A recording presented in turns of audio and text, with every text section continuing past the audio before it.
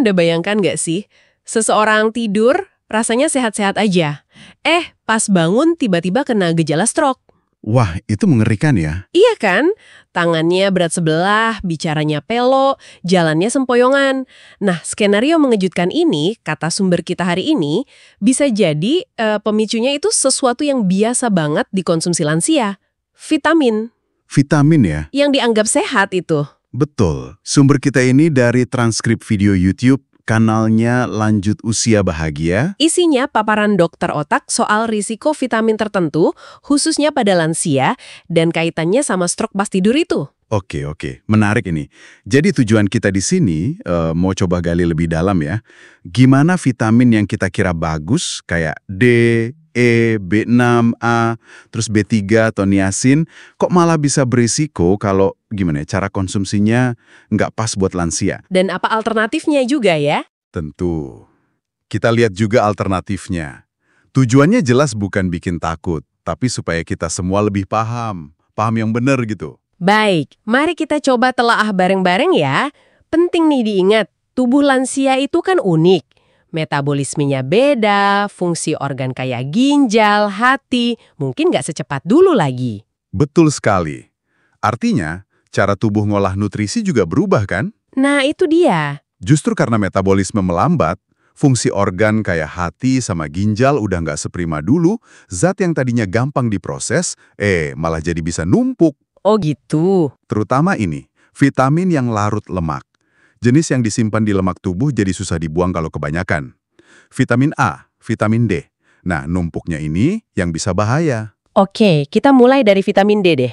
Ini kan populer banget ya buat tulang katanya. Tapi dosis yang dijual itu loh. Iya, dosisnya sering tinggi banget. Bisa 5.000, kadang 10.000 IU. IU itu satuan internasional ya, standar buat vitamin. Padahal lansia itu butuhnya jauh di bawah itu. Umumnya cuma 400-800 IU per hari.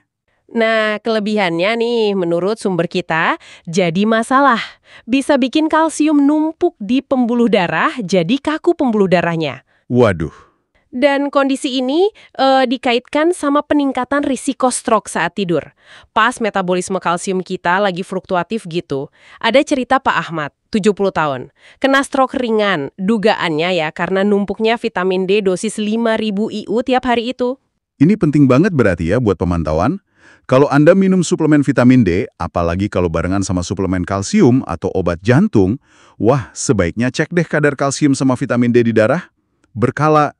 Terus soal waktu minumnya gimana? Nah, itu juga. Disarankan minumnya pagi atau siang, jangan malam. Biar nggak ganggu metabolisme kalsium pas tidur. Oke. Lanjut ya, vitamin E. Sering dengar kan, bagus buat jantung, buat kulit. Tapi sumber kita ini nunjukin sisi lain. Potensi pengenceran darah kalau dosisnya ketinggian. Ketinggian itu berapa? Misalnya di atas 200 IU. Padahal kebutuhan harian kita cuma sekitar 22 IU aja, jauh ya. Jauh banget. Dan bahaya pengenceran darah ini sering disepelekan loh. Padahal kalau interaksi sama obat umum kayak aspirin atau warfarin, itu risikonya nyata. Perdarahan, termasuk di otak, bisa meningkat. Serius? Iya. Kayak kasus Buruk Mini, 75 tahun, beliau ini perdarahan otak, dugaannya ya karena kombinasi aspirin sama vitamin E dosis tinggi itu. Ya ampun. Lanjut ke vitamin B6. Ini penting memang buat saraf. Tapi masalahnya lagi-lagi di dosis. Sering jauh banget dari kebutuhan normal kita yang cuma 2-10 mg per hari. Suplemen kesehatan saraf gitu biasanya tinggi ya? Banget. Bisa di atas 50 mg. Malah ada kasus Pak Hasan, 68 tahun. Itu konsumsinya 200 mg per hari dari suplemen otak. Terus efeknya apa kalau dosis setinggi itu, apalagi jangka panjang? Bisa ngerusak sarafnya sendiri dong? Tepat. Bisa bikin neuropati. Gejalanya kayak kesemutan, kebas, kadang sampai hilang keseimbangan. Padahal dari makanan aja cukup ya? Biasanya sih cukup. Pisang, bayam, ikan, itu sumber B6 alami yang bagus. Jadi, suplementasi dosis tinggi itu benar-benar perlu hati-hati. Terus ada vitamin A. Ini larut lemak lagi nih.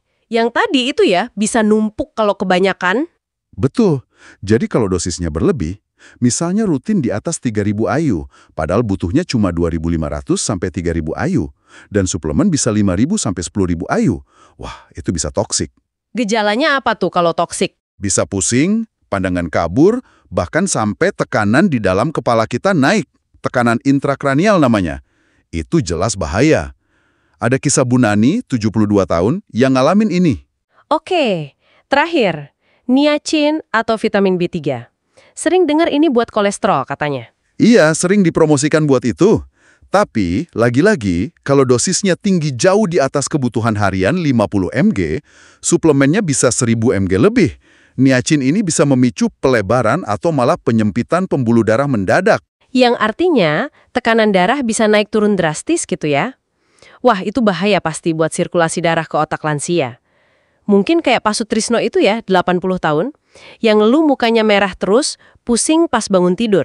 Tepat sekali. Fluktuasi mendadak itu sangat berisiko.